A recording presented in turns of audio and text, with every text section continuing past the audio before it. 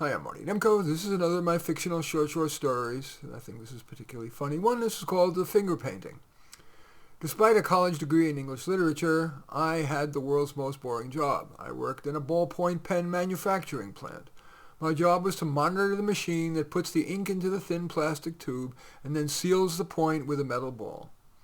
I would come home, see my 3-year-old daughter Athena, and think, is that all there is? But one night, I unexpectedly found that the answer to that was a resounding no. Athena showed me the finger painting she did that day in preschool. Like a good parent, I said, wow. But I thought, it looks like every other preschool finger painting I'd ever seen. And then I joked to myself, it's the sort of shit they put in museums of modern art. And that was the light bulb. I remember visiting an art museum and the docent telling a story about each picture, even the weird abstract ones. What if I made up an impressive story about Athena's finger painting? The professor said I was a good writer. Well, I tried to put it to work. Here is what I wrote in submitting her finger painting to the Valley Museum of Modern Art.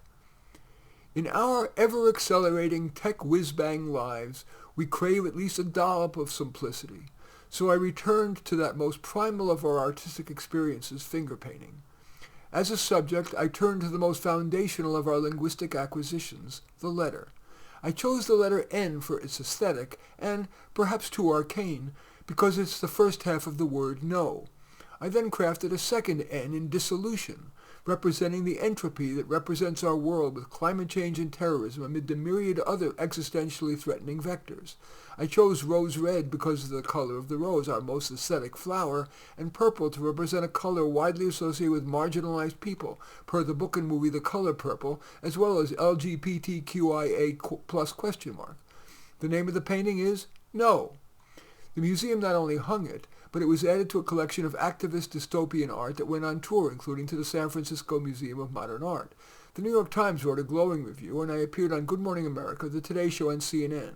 After, I received dozens of calls begging to purchase the painting, which went to auction at Sotheby's and sold for $1.2 million. My agent tells me to create just one a year, which she calls manufactured scarcity, which should give me an annual 7-figure income for life. I will share it with Athena.